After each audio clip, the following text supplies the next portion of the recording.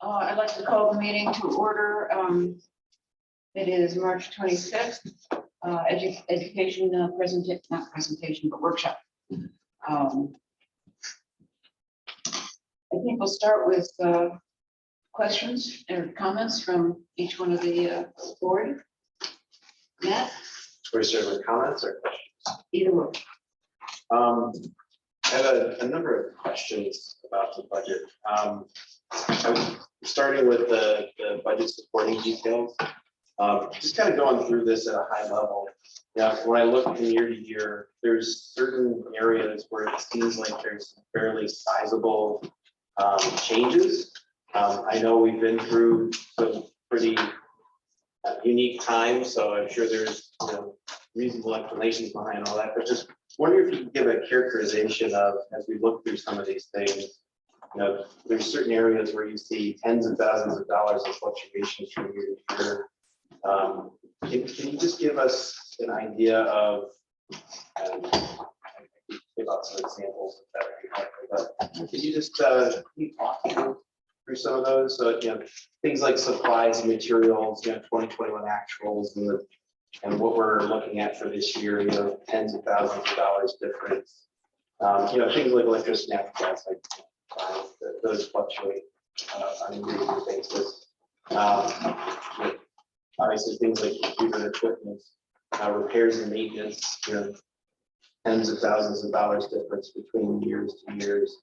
So, could you just give some characterizations and maybe a few of those instances of what do we see changing in large numbers? And when I kind of look down at when you get to the summation, when we look at between those years, it all kind of sums up. Makes sense. We have a budget that we have to adhere to. So maybe you can characterize a few of those and how those change from year to year. I think as far as where the demand and the supplies, if we go to page 43, you'll see that primarily in the year that actually ended in 2020, what happened there was down the bottom, I put a little box. We began to make some of the COVID changes once the buildings were closed. And although we were very successful in the COVID reimbursements, they didn't begin until after that fiscal year ended. So we had started to do the investments because we were fearful. Supply chain has been a topic now for a couple of years, and so we were thinking that we had to make some critical investments while we had the opportunity, because by June of 2020 we knew more or less what we had to do in order to get school open in the following fall. So I think that on this page 43, I have like halfway down on the left-hand side, I have the top 6 lines are more or less building and instructional kind of supplies, and you'll see that they're fairly stable, decreasing, but in a fairly stable rate. And then the maintenance supplies is where the significant change is, and it goes from 249,000 in 2020 down to 100,000 in 2023. Is that the kind of comment you wanted? Yeah, that's helpful, and understanding that COVID kind of messes with this, and this is a relatively tight window that encompasses many of those years. It's helpful to have that perspective and just try to understand where some of those come from. And I think that the maintenance is the same sort of story. And that is also on page 39. The same kind of story, that we did begin some COVID preparations in 2020. The other items that are fluctuating, like the biggest fluctuations, would be within the staffing lines. And in the certified lines, they change primarily from retirements and replacements. And then in the non-certified lines, they're changing primarily from our increases in special education programs internally. But I think between those things, that's the biggest changes that come to my mind. Obviously, if there's a tuition has significant changes, but our on page 41 is the tuition line, where in 2020 that was just over $1 million, and in 2023 we're forecasting the gross tuition to be about $1,260,000, so $260,000 increase in gross tuition from 2020 to 2023. I think that's the big picture variations. I'm sure other board members might have questions in this area. If you wouldn't mind, with me one more question. And if, oh boy.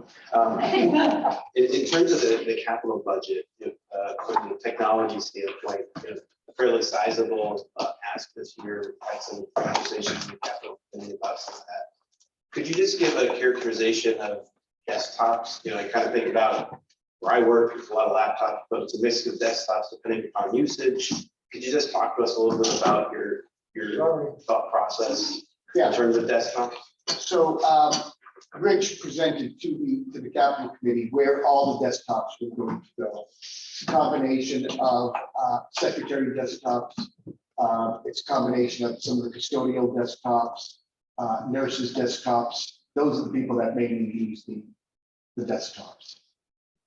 I've got a list. I'd be glad to email that list to you so you can see exactly where they're going. I think that could be helpful. My follow-up on that is why desktops and not laptops? Even maintenance secretaries, nurses, et cetera. I mean, just with everything that we've gone through in Yeah, the they last. don't move. Other teachers have desktops because they may be moving from room to room or other things like that.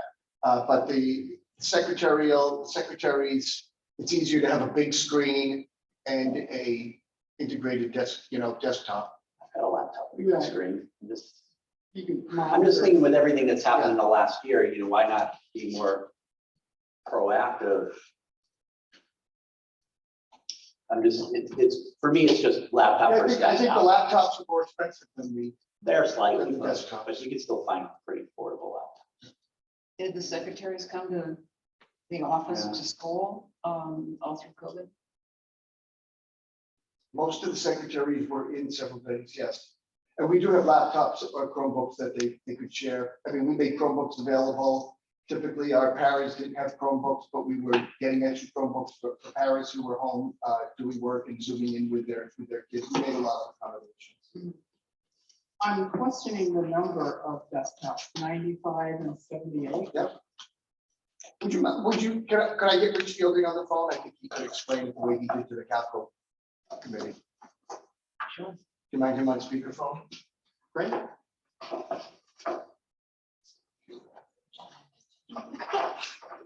You could zoom in too, Paul. Okay, I'll ask him to zoom in.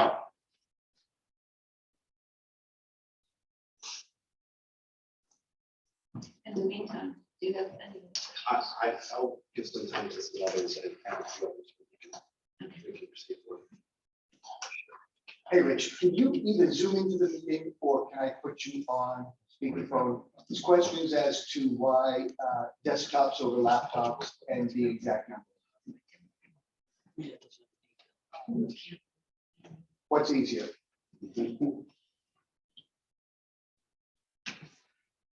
So let's have you. I'll put you near the microphone and you can answer questions.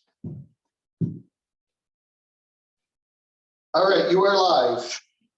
Okay, so I heard the initial question is why desktops over laptops? And the desktops are going into locations where they're for like computer labs that have desktops. They're going to offices for office staff, custodial computers, cafeteria, and various other areas where there are shared spaces for paras to use in classrooms.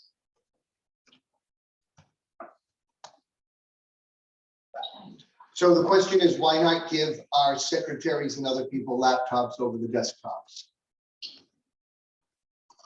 Because that's a much more expensive proposition to do a laptop for a secretary when it's going to spend 99% of its time at the desk. A laptop in that case would still be a docking station, monitor, keyboard, mouse. It would take up a lot more space in a pretty cramped space as it is. And there's just not a lot of call for secretaries needing a laptop, nor custodians, nor cafeteria in those situations. I mean, I'm not looking to micromanage, but I'm just thinking with, we're in an ever mobile world, and look what we're doing right now with the phone and the mics and the Zoom and everything like that. It's just, in my agency, we don't buy desktops anymore, even for those who potentially might be sitting at a location 99% of the time, because even as we do life cycle management, when that person gets a new desktop, the next person who might need something, it might still be functioning. It's still just it just seems more mobile and more practical just in today's environment. Buy laptops over desktops. Now, are you do you have a life cycle strategy? Because you wouldn't want to replace all these at once. You would have a life cycle strategy that you don't want to replace all 94 and then 4 years down the pike, we're sitting here replacing 94 again. Are you phasing this in, or? Well, we're at a point where we're trying to replace machines that should have already been replaced.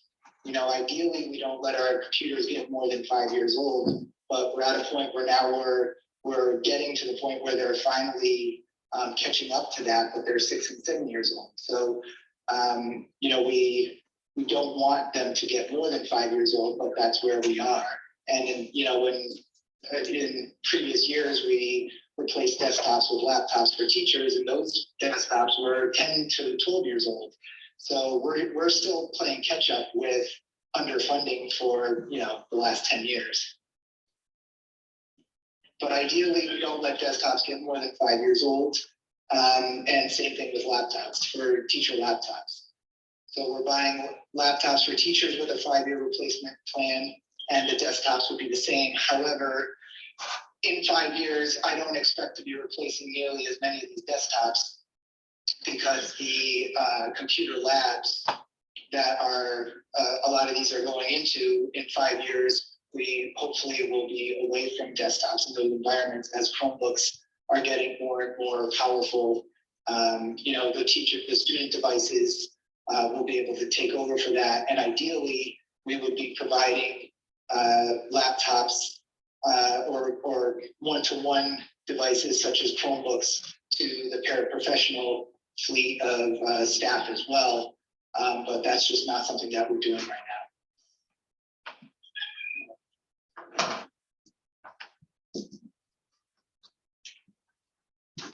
Are there any more questions? Sorry, did you hear my rooster? Yeah. Rich is chasing it around after dinner tonight. My kids are inside, peppering me with questions. I had to come outside, and now I got a rooster yelling at me. Anything else for Rich?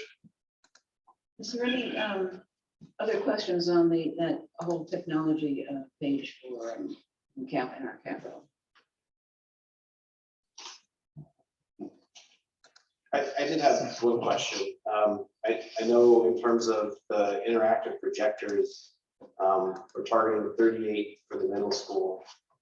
What's the count of the projectors in the center school, just for my own edification? I believe the count I would have to guess, I believe it was 18 for the center school, and somewhere close to 40 for the 45 for Memorial. When they were all added together, it came to an even 100. So I don't recall the exact numbers.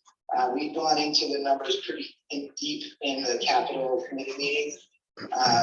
And my request was, cut to one school. If I had to prioritize a school, I was asked. And so I said I would prioritize the middle school over the 3 schools. And so that's what was given by the capital committee. They cut the center school Memorial and said that I could only fund the projectors at the middle school. Thank you. Thank you, Rich. Thank you. We're all set. Thank you. Good luck. Thanks, Rich.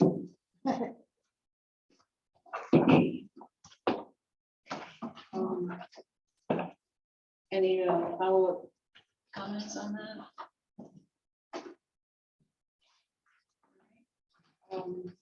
Bridget?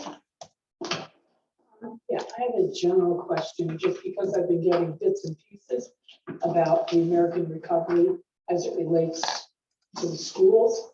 I get a pretty good handle on the town, but how it relates to the schools, and were you given specific instructions on how you have to use that particular money? For example, like funding positions. So if you turn to page 72, budget detail.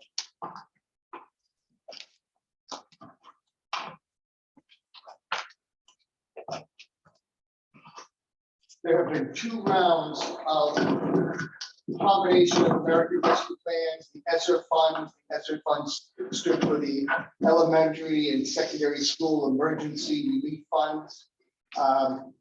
If you look at that, those first 2 figures are the 2020 and 2021. Those were funds that came to us over the summer. So we closed in March, and then over the summer, the plan was to reopen schools. Now, we didn't know then the whole COVID details, but we were given instructions to, open schools with either half the population or be prepared to run it with full population. So we were given instructions to, minimize contact with toilets and other things like that. So every bathroom had at least one touchless sink added. Any classroom that didn't have its own air conditioning unit in middle school, center school, and Memorial School, we added a air conditioning unit. We bought masks, we bought gowns, we bought gloves, we bought cleaning supplies. We spent probably $10,000 to $25,000 on wipes, so that at the high school, every time a student changed desks, they were wiping it down. 4 or 5 months later, we realized that coronavirus isn't spread by touch contacts, but we were operating under we're going to open schools, and that's what we needed. All of that money was reimbursed to the town. We were initially given a figure of 76,000, and we were in a little bit of a panic. But by November, anything that we had purchased for COVID was able to be reimbursed. That second figure of 42,940, that was for a program called Edgenuity, and it's an online virtual schooling program for any of our middle school and high school students who wanted to stay home completely and not come to school, because they recall students had the option of, we were required to offer totally remote learning. And so those students took their courses through a program of Edgenuity. Our teachers monitored it and corrected their work, but it was a whole parallel curriculum to what they would have had in the class full time at home. The state ended up paying for that program as well. So those 2 figures were prior to even reopening. Then as the year went on last year, we were informed of the American Rescue Plan funds and the second round of ESSER funds.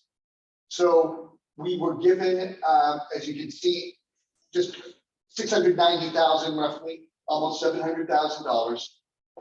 Many towns around us were given well over $1 million, $2 million, there are districts where you hear of districts having trouble spending their money. It's because they just got so much money. Unfortunately, we only got about, I should say only, we got about $700,000. I decided after consulting with principals and Mary and the board, and I think we even talked about this roughly around this time last year, that we were going to commit to funding 3 years of math specialists. So we had a K-5 science and math coordinator, and then a middle school part-time math specialist. What this funds allowed us to do was shift the K-5 person to K2, and we hired a 3-5, a 6-8, and then we moved the middle school person part-time up to the high school. So in essence, we have 4 math specialists, 2 of them being paid for by the federal government this year, next year, and the following year. So those math specialists will be with us through next year, 22-23, and 23-24.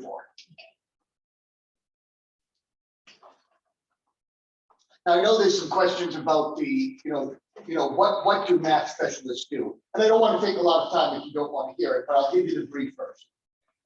It is not uncommon for districts to have math specialists who oversee curriculum, train teachers in the math, because we want all teachers doing the same thing now. Gone are the days where teachers close their door and this teacher teaches math this way, this teacher teaches math this way. We are guaranteeing the same math curriculum K through 8 to every student. When they get to high school, they're taking obviously different classes, but K through 8, every student is getting the same math program all the way through. So we have the math specialists working with the teachers, looking at their data, and they're even doing the remedial work for students who are falling behind. Now, typically that would be a math tutor, a certified math tutor. We're making our one math specialist in each building monitor the data, checking up with teachers, giving them materials to use, watching them teach, doing coaching, and doing all the remediating. So they're looking at student data that Mary oversees them. And their plan is, especially post-pandemic, make sure any student who is behind is caught up as soon as possible. So ideally, we would have math specialists and literacy specialists in each building. We do have the literacy specialists in each building, and there's a dramatic difference in our reading scores K through 8 as opposed to our math scores. And I was going to ask. So I am staking my reputation on these math specialists, because when I see scores, there's always going to be a variety of scores. Math typically is a little bit lower, but our math is much lower. And to me, this $700,000 allows us to play catch up in math. I think it's the best use of money. A lot of schools are doing after school programs and supporting programs. We're using this for direct instruction, direct remedial services. In addition, by law, we are required K through 12 to offer something called multi-tiered systems of support. In other words, for students who are behind, we have to identify that they are behind based on test and performance scores, and we have to have plans for them being caught up, whether it's from the classroom teacher, which is tier 1, or with a specialist, which is tier 2, or strong supports, maybe even special ed support, which is considered tier 3. We're very good at offering tier 1, but we've not really, with fidelity, met our obligations for the students who are especially in tier, would be considered by the state tier 2. What the state is saying, those people should have access to certified teachers. They do now, but we've had our 1 K through 5 specialist and our 1 part-time math person have a couple of overseas parent educators who are working with students. So I expect us to see very good math results over the next couple of years. And it's why we've committed 100% of these funds strictly for math support. The last column, where it says the American Rescue Plan IDA federal and the special ed recovery, those were special ed funds that our special ed director, Rod Mosier, was able to secure on a competitive basis. And we are able to get, and I for those who've been to some of our budget meetings, we are adding for 1 year an additional psychologist, and we are adding a consulting psychiatrist. For especially the consulting psychiatrist is really a need for our in-house therapeutic programs and our ed programs such as STARS. We're trying to avoid outplacements, and parents who are considering bringing their kids back or sending them out. The fact that we have a consulting psychiatrist on call, it's not a full-time position, but on call makes us very competitive with what outplacements are offering. And that has been our goal with offering these programs in-house, because if you saw this document, you've heard me walk through the cost differential of us outplacing these students who we've managed over the last 4 years, thanks to Karen and Rod's work, to educate within our own district. So just out of curiosity, you've got the psychologist for 1 year and the consulting psychiatrist on call. Yeah. What, and I realize the dollars are not in the budget, but what are you figuring that cost will be if it continues after this budget year? You know, I would not be surprised if IDEA, those funds, were able to stretch out a couple of years. That's certainly what we're hoping. Now, we're living year to year with these funds coming from the federal government. We know that column in the middle, that 700,000 was guaranteed to us. We're hoping that the special ed dollars will continue. If they don't, we either don't continue them or we've got to find a way to add them to our budget. Okay, and if you have to add them into the budget, what do you think that dollar value would be? Pretty much what is there right now. Okay.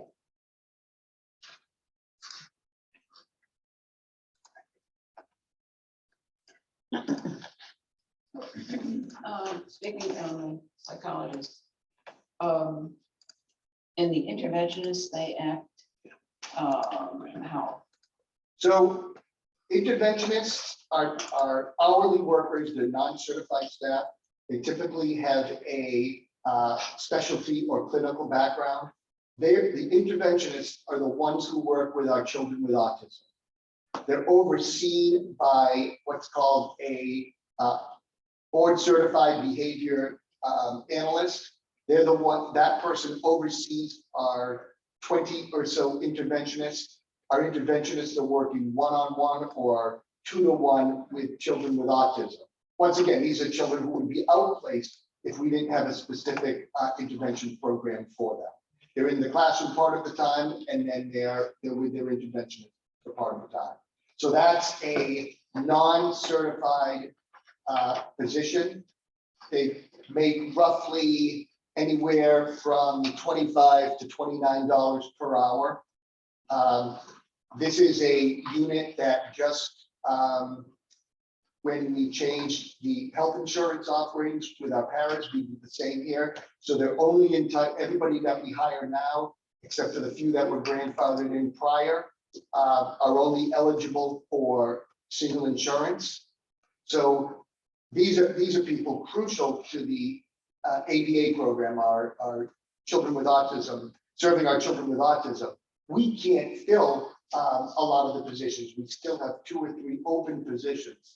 And our hope is, you know, once the fall comes and people are ready to go back to work, that we'll be able to fill those. But they play a crucial role in what we do.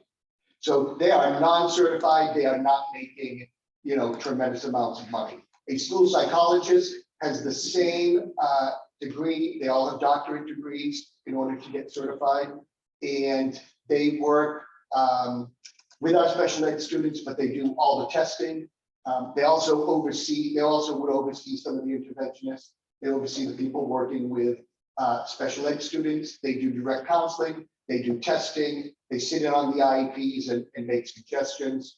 And they also do, like I said, counseling, especially with special ed students who, as part of their individualized education plan, it's written in that they have to have 1 hour of counseling a week or 2 half-hour sessions per week, whatever it is. These psychologists are doing that. They're also available on an emergency basis if, you know, we have a student who is not special ed but needed the services of a psychologist. Now, we have a psychologist in each school, and you heard, if you sat through some of our early budget meetings, each principal asking for an additional psychologist.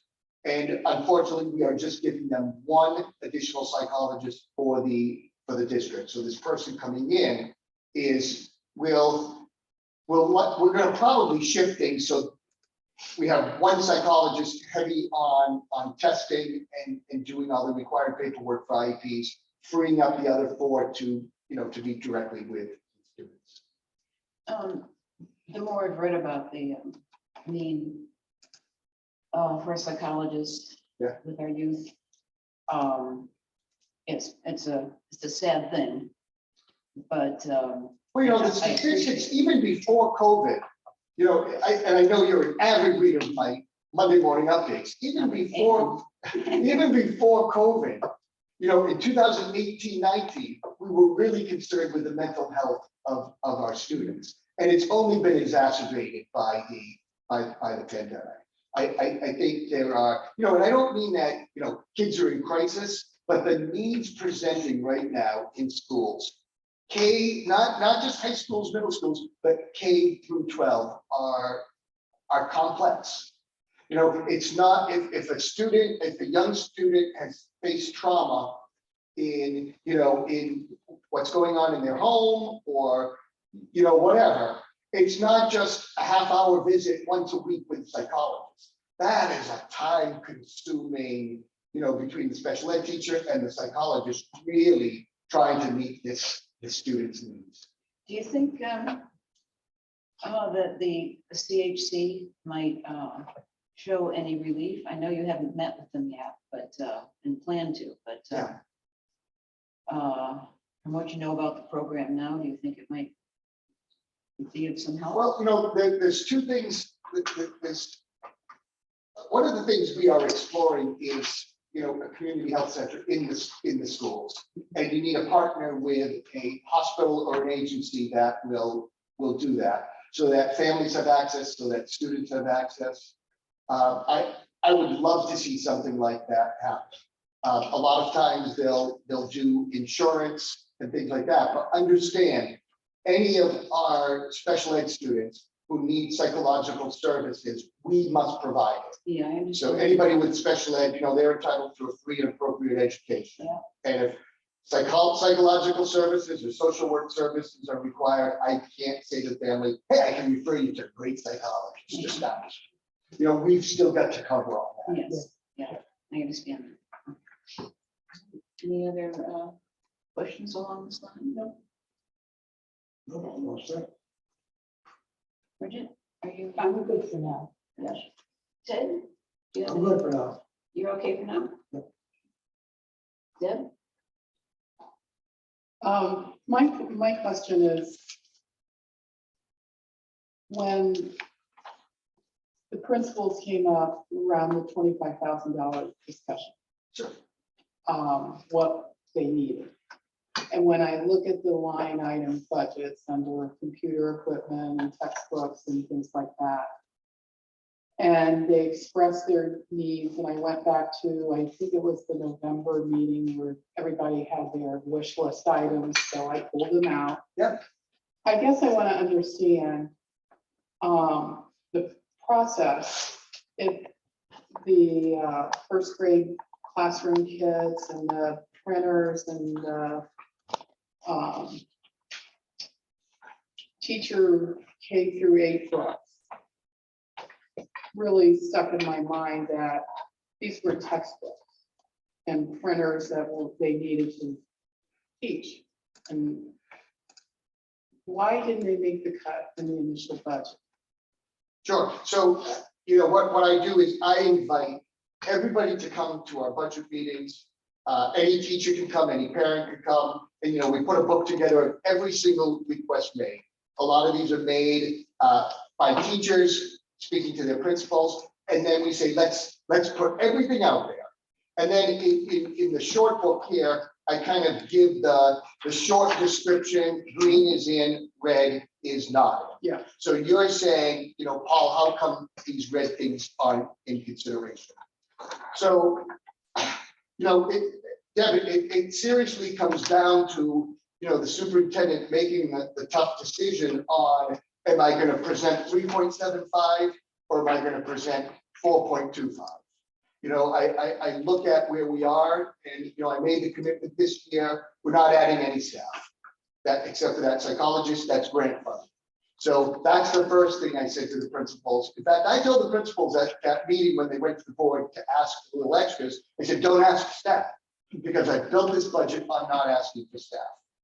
And then I felt like we had spent $81,500 last year in our, what I would call our improvement, educational improvement. And I said to Mary, who oversees that line, you can have the same amount, but you can't have more. So we went through and, she made a case for what it was, but I take responsibility for having to make the hard decision of, additional reader workshop books, $1,600 for Memorial School, saying no. Because all of these add up very quickly and put the budget higher. Mary is committed our Title IV grant. We get a small amount of Title IV grant, which can specifically be used for new programs, especially in the area of technology. You'll note that we're making a big commitment to middle school coding and even like a pre-engineering, pre-manufacturing environment to feed up to the high school, which has gone into nice engineering and manufacturing opportunities. But these are tough decisions. So I'm like, okay, Karen, where are we going to be? And even before this book comes out, Karen says, well, as I flip the page, you're at about 4.5. And I'm like, okay, so let's cut down to get 3.75. And then I'm saying for the principals and Mary, we're not adding on to line items. So a lot of our discretionary line items, like if you look at how much art money is, Memorial School is getting, they're getting the same amount as they did last year. So to that degree, when I look at the different line items and I see different computer costs or printing costs, is there any savings there that you can shift things around to make these allocations fill out? I mean, I see printing costs and like, what are we printing? Sure. That's kind of, they're high to me when I don't understand what's all the printing going on. So if you could explain that. Yeah, between the 4 buildings and the central office, we are doing a lot of printing. I think everything you're holding, we've printed. We're doing all our printing in-house because it's a lot cheaper to do it in-house. But even materials for elementary kids, they're not doing everything on their Chromebooks. There's still a lot of worksheets and other things like that accompany the lesson. So we go through a lot of paper and we do a lot of printing. Have you ever looked at outsourcing that? For cost? printing, it would be 5 to 8 times more expensive than we do now. So who does that? Is it Teachers, the teachers are? they doing it? walk over to the copy machine. We don't have any, back in the glory days, there used to be a para who was the only one who would touch the printer. Now things are, not that they don't break, but they're a little more reliable. You put the pink paper in, you just hit print, and if you're careful, you're not going to break the mimeograph machine or something like that. I love that smell. My mother was a teacher, she had them. Yeah. Yeah. People don't even know what that smell Right. is. I know that smell. Yeah. I was one of those. Yeah. Yeah. It came out purple. Yeah. Everybody would raise their hand, I'll do it. Along with the blue and the stick. Yeah. But whoa, right. If and teachers, look, if you've got something you have to print, you're either the first one in the building or you're the last one in the building for the next day. We have good printers in each of the building. They're high volume printers. They can print a couple hundred copies if need be. My next question is on the AP students. What is the breakdown by AP classes? How many students, the topics? I think it's like 113 or 115 students. The last year, 113 different students took AP exams. So do we have a breakdown as by math, science? Yes, there are 16 AP courses. They range from, there's an AP art, studio art course. There's an AP music theory course. We're trying to offer them in all areas. In the sciences, we have AP bio, AP chemistry, AP physics. There's AP English Lit, there's AP English Language, there's AP Government, there's AP Psychology, there's AP Statistics, there's AP Calculus. So we have a broad range of topics for students. Now, we don't encourage a senior or a junior to take 5 AP classes. You know, we encourage them to take 2, 3. There'll be kids that take 4 or 5. We also have AP US history as well. I did say art and music. But we're offering 16 different AP courses. Back in 2013, there were 9. We've brought it up to 16. Students have expressed interest in the AP courses. They're difficult courses. The best thing about AP courses is it's what colleges look at to create a consistent look at seniors across the country. Right. Because the level of English honors in Connecticut or in East Hampton may be different than in San Diego, California, but everybody who takes AP takes the same curriculum and the same test. So it's a way for colleges to look and say, okay, I can compare this junior from this state to this junior or senior from this state. You said that there were 113 113 students who took. different students, or do you count the same, like if No. one takes 3 classes, is that 1 student or is that 3? No, it's 113 students, took 204. Thank you. So for example, a lot of the juniors just take 1. They'll take I got it. I AP just wanted to- US. Yeah. Sure, I was clear. Yeah.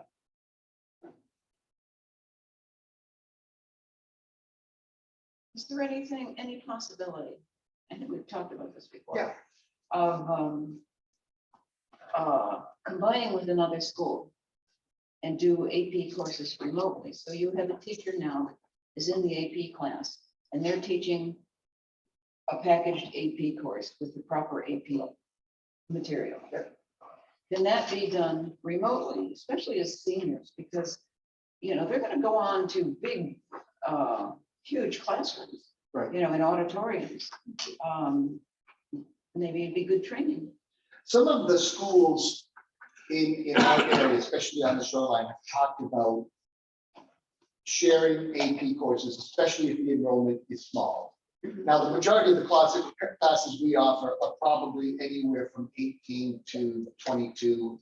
I think US history is usually a little higher. The English lit are a bit higher. But music theory might only be 5 kids. Yeah. And it is possible. The only difficulty is, you know, for the 30 schools in our region, everybody is on a different time schedule. You know, we start at 7:17. Their school starts at 7:18. They're on an 8-period day. We're on a 6-period day where 2 get dropped. So it's very hard to align schools. It would take a lot more than just saying, let's share the teacher. It would take a real commitment to make sure you are on the exact same schedule as that school. And it couldn't be recorded and done at any time. I think the level of AP courses, especially the small ones like music theory, you've got to, you know, where it involves music and singing and playing and things like that. Those would be hard to record. Now, I would gladly sell to any district if they want to record my AP US history class. I would gladly, you know, sell the recordings of the class and let, you know, tuition them right in. I'm not sure I want to experiment right away until we get a better sense of how things would work with my students. But that's a little more problematic.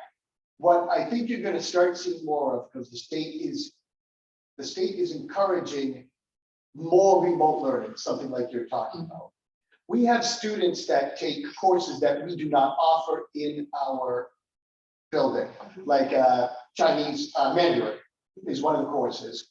And we usually have 5 to 6 kids per semester taking Mandarin. We also have, if students can't schedule something and they really want to take another class, we'll give them a seat. And it's a program called Virtual High School out of Massachusetts. And it is a asynchronous course. There's a professor associated or a teacher associated. Each class is limited to 25 students, and there's work that has to be done each week. You send emails with your assignments to the person. You've got to engage in chats with the other kids in the room. It's kind of like a threaded chat, so it's non-live.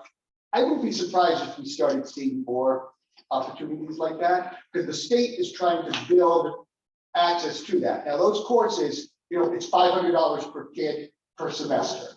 So, we've committed, I think I told you a couple of years ago, we're committing no more than $10,000 to that. So that's basically 20 kids per, 10 kids per semester could take online courses in that manner. There's actually not a lot of interest in that right now. We haven't maxed out the 10,000. But I think as the state gets a little bit better about remote learning possibilities, and this is strictly for high school at this point, I would not be surprised if there were opportunity for our students to take some remote classes. And you are right. Not only are you going to go to big lecture halls in certain colleges, some of their courses may be 100% online. Yeah. Especially, they're all good at it, I would think now, all the students. Yeah. After COVID. Yeah. They're pros, as you put it, last year. Yeah. Let's see, any other questions? Yeah, Tim? I got a question. About 3 or 4 years ago, we had a problem with the classes up in Memorial School, too many students in the class. And I'm guessing we replaced a couple of students, a couple of teachers, I should say. Is that trouble gone away, and do you see any problem areas in any of the schools with too many kids in a classroom? Yeah, Ted, over the last couple of years, the town council did restore some of the teaching positions. And, our class sizes, if you consider, a class of average of 20, most of our classes are there at about 20. A little bit more in center school because there's a couple of big classes going through, but we're averaging about 20 per class, 20, 21. And that's acceptable to you? I don't like them larger than that. That's what There were concerns when we were doing 25, 26, and even 27. Some of our middle school numbers next year with the big classes from center going through are going to be in the 25s, but that's, that might be one class per day or one section per day. Or 2. Very good, thank you. Any other questions about class size? Yeah, so I guess as I'm going through my numbers and stuff and, it's jumbling in my head. How do you present to us in CATA and calculate the average class size? It's not simply just teachers divided by students as I'm looking here, because that number would be a Sure. lot lower. So if you look at page 25 in the That's what I have open, yeah. Yeah, so for example, next year, we are anticipating, like grade 2, nice and easy. We're anticipating about 120 students. And we use NESDEC to do the New England School Development Council to do our projections each year, and they are pretty close. They take our existing enrollment, they say, well, this percentage moves in, this percentage moves out based on, we report how many new students we've had and how many have moved out over the course of the year. So that it's pretty close. So we're anticipating 120 grade 2 students. I have slotted 6 teachers. So you can see it's going to be about 20 students. So the other teachers, they have art, music, physical, they don't calculate into that number. No, so that's a good question. So directly under the numbers, the certified teachers there'll be 6 kindergarten teachers who I am the kindergarten teacher. In Right. addition to that, we have 1 art teacher for the whole building, 1 music teacher, 2 PE teachers, half a librarian, 5 special ed teachers, et cetera. So this count here is separate from this count. Okay, so if I go to let's go to the high school for a moment. That's a where it's little not more broken. complicated. Right. So so you got grade 9, 10, 11, 12, you got all those students, Right. and then you have your certified teachers. So you're using just the certified teachers, or again, 2 art teachers, 2 music teachers, 1 business teacher. How do they So figure into that? that they are separate. So there's 6 English teachers at the high school. Yep. There's 6 math teachers. So each teacher by contract teaches 5 classes. Okay. So I'm gonna have 30 sections of English next year. So principal knows there's not gonna be less and there's not gonna be more. So when the students sign up for all the classes we offer, we divide them and we can say, okay, so we can have 30 sections of English. Chances are there'll be 6 So freshman this sections. second column of teachers, those aren't figured into the classroom size. Well, for example, my art, I can have 10 sections of art. So it's all done by the students sign up. And Right. then, if only 2 students sign up for sculpture, we're not running the course. They'll have to wait a year. We're gonna put the bodies into, the most logical sequence. Now, that's a bad example because sometimes the art teacher will say, well, I'll do a drawing class on this half of the room, a sculpture class on this half of the room. They're pretty flexible like that.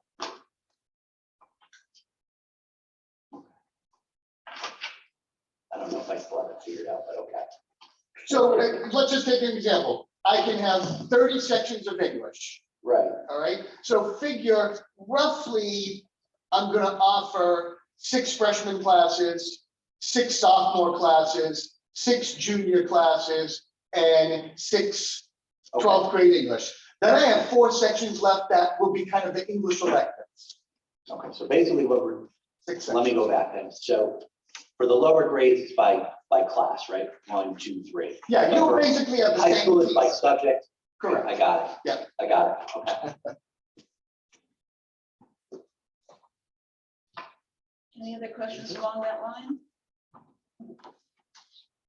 So, Bridget, you were done. Deb, how are you doing? Any other questions? Well, I'm gonna ask, and I realize the bus contract is beginning to fuel. And just what's gonna happen with potentially buses, and I noticed that, and a lot of parents drop their kids off at school. The buses aren't full. We're facing, high gas prices. I'm sure it's gonna affect us with the buses and so forth. What are you looking at doing with filling the buses? Yeah, so we actually eliminated 2 buses this year. Yes, And 3 buses, thank you. 3 buses this year, and we do not anticipate adding them next year. Now, during COVID, people felt, okay, maybe the bus isn't the best place. A packed bus, especially elementary and center and middle, are much more crowded than the high school buses. I anticipate, and more people started driving this year. I anticipate more people, it's going to be pre-pandemic numbers next year. It would be hard for us to reduce again the number of buses. We've got to make sure that if any student wanted to ride the bus home, that there was a seat for them. So I could say 5 buses and parents, please drive your kids, but we could not do the runs, and we want to keep the runs. Some of our runs are long. How many minutes? Pretty close to an hour, particularly going out towards Sillimanville, Mhm. that, and then down towards Haddam-Neck are the 2 longest routes. So that we have to run a bus that may appear relatively empty because it's making a very long trip. One of the reasons why we made the change, we made the 1 bus change prior to the start of school, and then 2 buses around the middle of the school year, was because of the bus driver shortage. And in reality, we only had 13 drivers at the time we reduced to the 13. And once the buses are unreliable to the parents, they have to find another way to get the, if we had a bus that was not showing up a couple days in a row, or we never didn't not show up, but maybe it wasn't reliably on time, because we would run a bus a second time around, which doesn't help on the fuel situation, but it would run around late and pick up the students. And so that also impacted the parents' willingness to put the child on the bus because they didn't know what time the bus was coming. So we were trying to reduce the routes to something that we could reliably depend on. I think we've captured every efficiency we can on the number of buses at this point. Do you think we have enough in the budget for the fuel? Would you like to add more? Well, I don't mean that facetiously. When we put the budget together in January, fuel wasn't quite, Right. the world looked a little different in January than it does right now. And we're gonna make it work.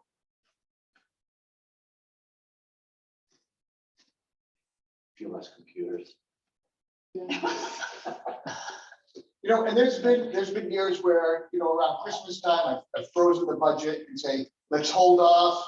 And then, in May, when it looks like, okay, Mary, you can go ahead and purchase that, or, we'll push off the paper towels and other things like that. And, we'll purchase it in May once I know we have. we have a car wash. We'll have a car wash to raise money for gas.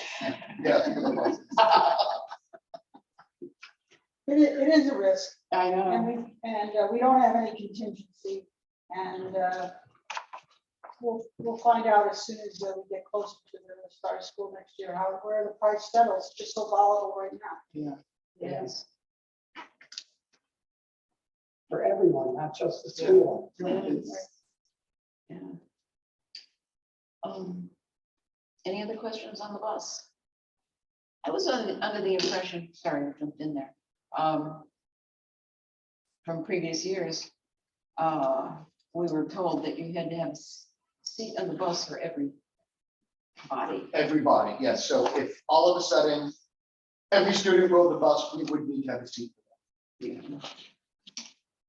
We would be, in a couple cases, we do a seat for larger, older kids, but yes, we were still within that All right. range.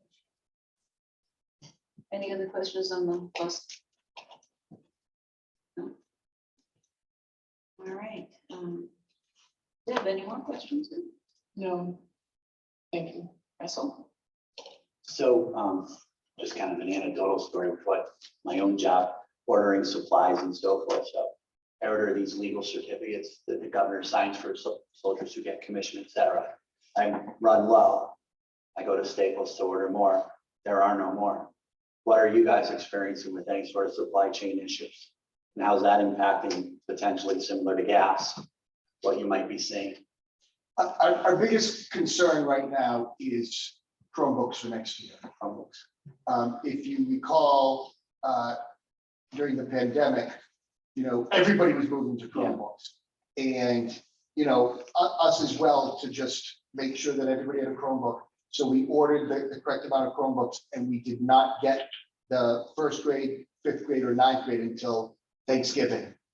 And that was, we were using the old senior Chromebooks. The poor freshmen had Chromebooks that had been through 4 years of a senior, and Yeah. But it was what we have. So we are looking to do our best to jump on Chromebooks.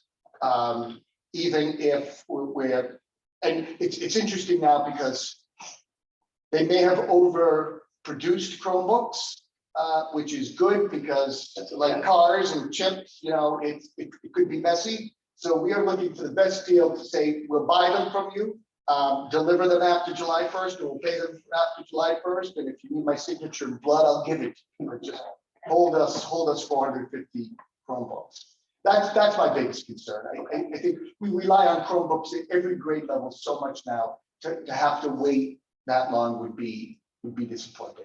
I don't think there'll be an issue with textbooks and other supplies as much. We're not ordering masks or other things like that anymore, desk shields, wipes and things like that. I was just kind of surprised, even like incidental things was getting hard to find, so I just wanted to kind of make sure you guys are tracking that. I'm sure you are, and you're aware of just even the simple things that it's getting more of a challenge to get. You know, and we have the advantage of, you know, the budget passes, July 1, we can start ordering Right. for September, basically. Yeah.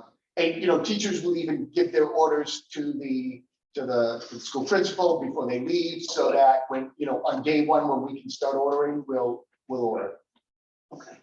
A lot of my other questions were answered piggybacking off of others, but I think the only other one I had, so going back to the math specialist for a moment, so you're putting your reputation on it. I am. So what's your measurement for success? So when you come back in a few years and it's not funded and now we need to do it through the general fund, you can say, this is why we need it, this is why we work. What's So if what's I, your numbers, I right, guess? so if we could show that our math scores, our iReady diagnostic scores K through 8 or 3 through 8, K through 8, we do diagnostic scores Yeah. during the course of the year.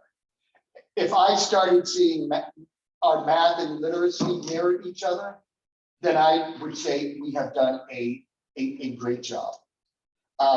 So it's So when you say mirror, that the scores students are getting on English and literacy rather are the same as math? pretty or- comparable, yes. You know, I'm seeing this, Right, you know, and we should be seeing, you know, one can be higher or lower than the other, but they But not by shouldn't much. be dramatically lower. Now, a lot of it is, well, I don't know what a lot of it is. You know, we're changing math curriculums. Our current, straight guys. Yeah, a lot of, we're changing math series. Our current series expires. right.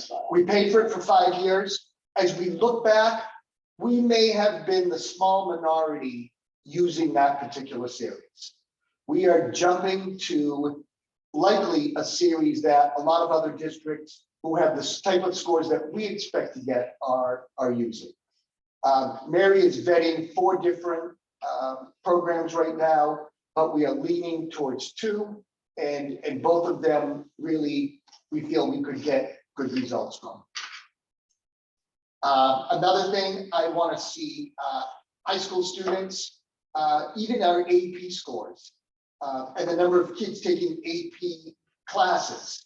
So for example, there was some statistics I showed at one of the board meetings. We're really excited because in English Lit, AP English Lit, and AP English Language, and AP Psychology, and AP US History, we have anywhere from 20 to 30 kids taking those courses, and even a couple in the 35s. But when I look at our math and science, it's in the teens. Yeah, 17, I think. Yeah, so, you know, that tells me something, that the kids aren't as confident, or we're not moving them into those areas. So what I would expect is to, you know, if I saw comparable numbers of kids interested in math and science. You know, I love kids taking the AP Psych and the AP English and everything like that.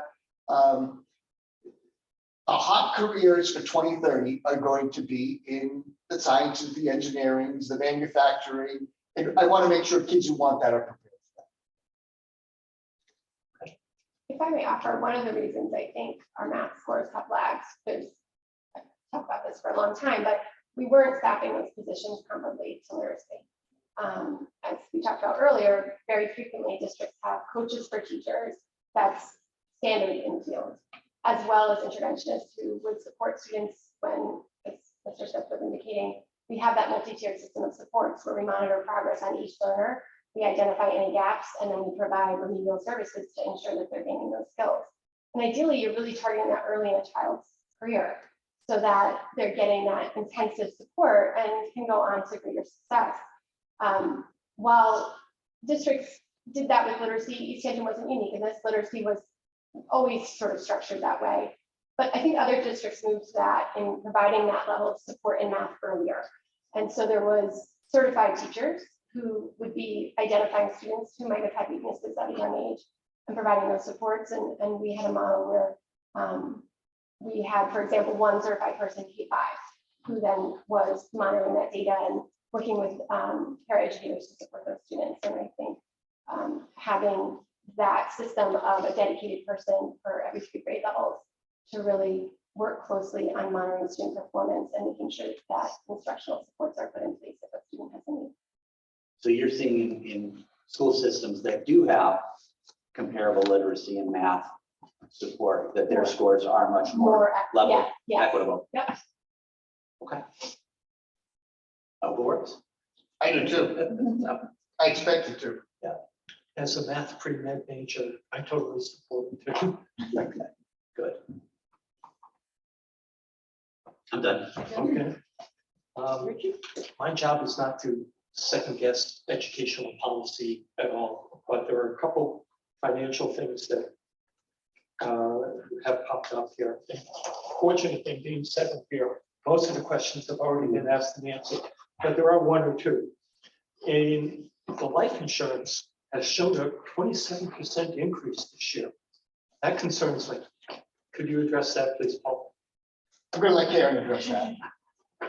We did that for the 1920 fiscal year, and they had guaranteed us a price that then expired. Okay, but And we could bid it again, but I'm not so sure that we're going to get much of a, did some comparisons to other districts, and I'm not sure that we would gain much of a benefit from that. But we can bid it again for next year. with an increase like that, I would think that it would incentivize you to really go out and look for other sources for that line item. A 27% increase is just, I don't think is acceptable at this point. So, We can look at that. thank you. As a sideline on that, we have long-term care insurance. And the state has mandated that the policy increase, the cost of the policy increase. And our group got permission to spend it over 3 years, and it adds up to 27%. So Yeah, I think it's, I've read that insurance. Yeah, it's in order to get the rate that we initially got, we also agreed to sell other products to our staff that they could purchase. So it would be a kind of a complicated change, but I hear you. And they also have thrown in other free benefits that we also rely on, like an employee assistance. I mean, free, I get it's not free, but we do have an employee assistance program that they package into that. So it's gotten to be kind of intertwined, but I hear you. We could take a look at what's involved in making that change. Thank you. I appreciate that. The 76,000 for the new math program, you said that was for 5 years, the lifespan of that program? No, the current one we used, 5 years ago, we paid 250,000 for, or roughly that. This is a 1-year purchase. Oh, okay. I would love to get a 3-year purchase, but 150,000 is another 0.5% increase to the budget. Yeah, that was a long time ago, like in 2016, that we did that in a year where we had a number of changes, like the superintendent. And so there were money, there was money available to make the length. Was I the bargain basement? Yeah, that was- You can buy a math program and the new superintendent at the same I think Karen came up with a budget solution.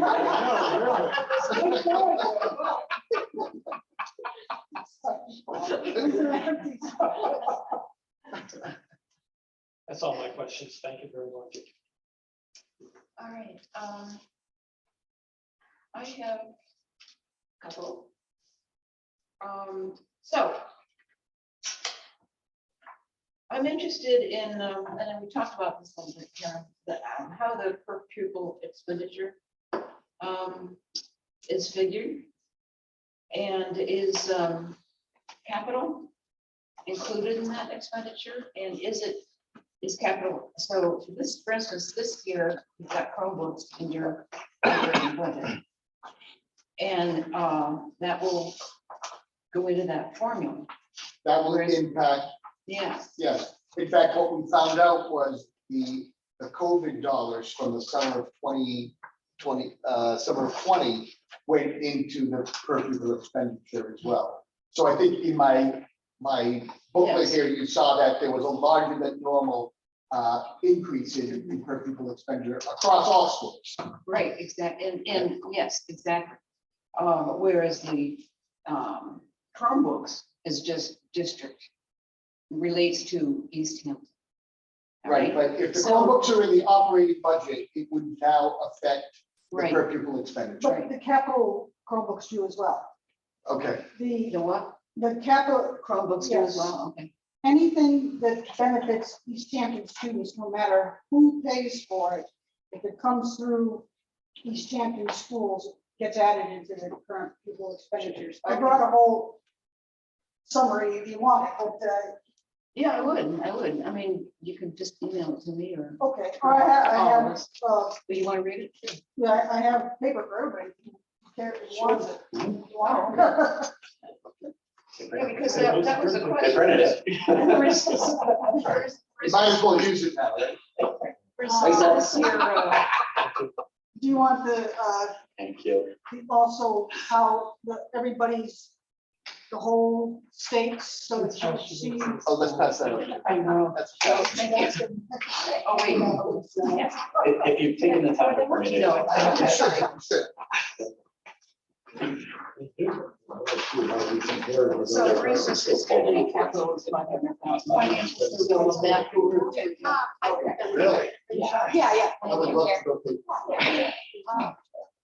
Our board has gone paper free, but I still have to print a packet for a few who don't like being paper. That would be me. The older folks. I don't like reading. All right, so, thank you for all that. We do a report from the state every year of how much we spend. Mhm. And so it includes on the last page. And just so that you, this middle page verifies how the state calculates. But on the last page, I kind of summarized it so that it's what the East Hampton taxpayers pay, including things from that Jeff provides from the finance department, our staff. It includes all the capital for building maintenance. It includes a little bit of what Park and Rec does for us, and it includes the computer technologies. So that on the last page, I summarized what actually was reported from the last fiscal year. Okay, good. So that this was another one of my questions. Parks and Rec means your properties outside, not building. So that's included as well? Yep. And also, there is a definition of minor construction so that it is coordinated with the town, Jeff, and the state for what they consider minor construction. But at times during the high school project, throughout the period, some of that construction was considered minor and included in that current pupil expenditures. And then things like potentially the middle school roof, potentially, because the memorials did not lose it. How about the new playing fields? Repair?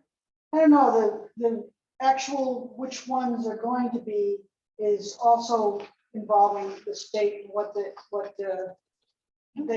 it's also the whole this whole report is completely audited by the external auditors, same ones that do the town, ensure that we are reporting them properly, according to the Glad to state know all requirements. this. Thank you. I'm glad. Thank you.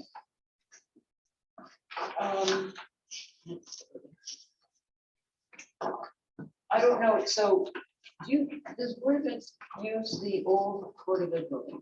Right. Yes, What's so the top floor is our technology department. So, and it's nice because they have the space to store stuff, fix stuff, et cetera. So floor 2 is technology department and the facilities director.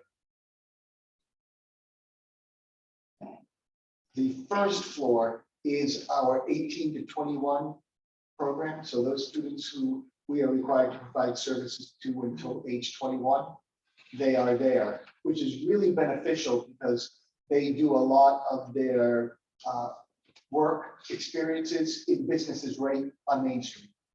So they can just walk from there with their job coach. And the Main Street businesses have been great to those students. Good to know.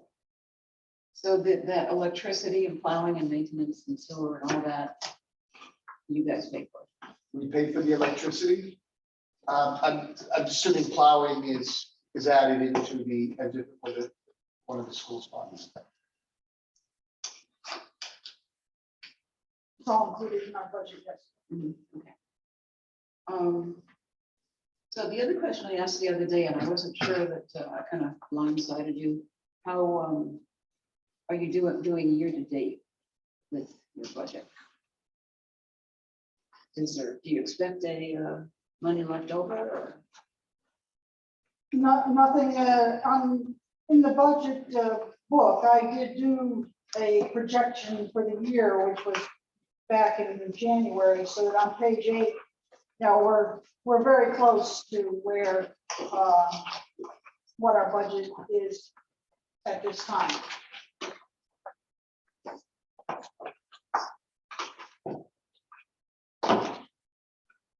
So I saw that there is a bookkeeper for the athletics. And what does that bookkeeper do? So at the high school, it's a secretarial position. That's when. Correct, and it's part-time. It's a part-time secretary, so the person acts as a receptionist, letting people in. But their responsibility, we call them the bookkeeper because they oversee the student activities account as well. They oversee the athletic cash and change, the participation fees, and everything like that. But they also have secretarial responsibilities, checking in students and guests. It's very little money, and it is a local parent, and really incredible bang for the buck for the amount of what we spend and what she does. Because she also works for the money for all of the activities that are going on at the high school, which is really substantial, like the Washington trip. All the kids who are going to Washington DC bring their checks to her. She pays, the advisors. She keeps request track a of the check. pay for play. Yep. So one other thing, my favorite subject, the technology and the program at RAM. Yes, So I understand there are only 5 students there this year. we get whatever seats are open Yeah, that's what they're for, explaining. for RAM. And it's been consistently 3, 4, or 5. So I believe they offer 2 sections of it. And, sometimes we should go over there and look at it. It's not just a room. It has all the equipment that kids need to be trained on. So, and they're only charging us $1,000 per student, Yeah. which is a pretty good deal. If they had more openings, we would try to push it along. They have a new superintendent coming in July. I'm going to go over and shake his hand and say, you need 3 sections. But they offer 2 sections. They just changed teachers. So there's they have a set, I think it's 12 students per section. So I'm thrilled that they're letting us have the extra seats in there, but we don't have flexibility to say we really like 10. That's too bad. Would you have, do you think you'd have the students who, and from East Hampton who would like it if you could get more? I think if we could push it harder, yes. And I think with, you know, one of our goals is we're shifting from a very informal tech ed program at the middle school to a much more pre-architecture, engineering, rocketry, robotics in the middle school. So it will just advance our high school program. One of the changes I'd like to make in our counseling section, we have 3 school counselors at the high school. They used to be called guidance counselors, but now called school counselors. One of the changes I would like to make is have one of them serve as a college and career counselor, and tasking that person, especially on the career end, getting our kids out to manufacturing sites, even if they're not in the RAMP program. Just showing, bringing in speakers and really pushing for those post-secondary careers that don't include college necessarily. So along that line, there are a lot of careers that you don't have to go to college for. Correct. One being a sonographer, ultrasound tech. What you do have to do is pass a rather rigorous physics, nationwide physics exam. You can't pass that, you don't go any farther. Okay. So these type of careers, like I guess aviation is another one. I would think it would be a great asset to the students if for instance, the physics teachers right along spoke to these opportunities. And Well, I would like to burden this career counselor coming in to really be the one to, you know, work with the kids who are saying, okay, I'm not sure about college, and finding possibilities like this for them. right, So, and then say to the physics teacher, hey, this person needs to do this, and, you know, talk about what's on the national physics test, et cetera. But I really want to task that person with, you know, being our outreach to local businesses, regional manufacturing sites, you know, to give them a bus and take 30 sophomores and juniors to see this place. or bring someone in, Bring people in, tech yeah. in to talk to the students. Yeah, you know, 5 or 6 years ago, it was, you know, get kids to go to college, and, you know, with the prices of college, with everything that's going on, kids are saying, I don't know if it's worth the money, or I don't know if that's what I want to do. Right. More kids are kind of taking gap years. I'd like it to be a gap work experience or something like that, rather than just, you know, Right. because it costs as much to travel to Europe for a whole year as it does college. But I'd rather, you know, have them line up with some possibilities. There's great 2-year programs out there, but I want somebody who we're going to specifically task to, you know, begin talking with freshmen about college and or careers. Good, And thank you. if I can just add to that, we've already started to research high schools that have programs like that so that we can, for example, Westbrook has a really developed program for their students so that we can look at how to bring that to East Hampton. And it's part of the decision making around really investing in that middle school tech ed program so that kids are having a vibrant, exciting experience that they want to continue at high school level. So we're building that foundation. I think that person becomes a connection to that, even if the kid's not in the RAM program, there's some sort of internship they're doing the second half of the senior year where they take a couple classes with us in the morning, and by 10 o'clock, they're on the road to their internship. Right. You know, I'm willing to give 2 or 3 credits for, you know, internship based on hours worked and things like that. I don't have to tell you, but there's the manufacturing industry is begging for Connecticut kids. They can't fill the positions. And these are, you know, decent paying jobs with, you know, benefits and, you know, a good starting salary and, you know, 2 weeks vacation. Challenges. Yeah. Okay.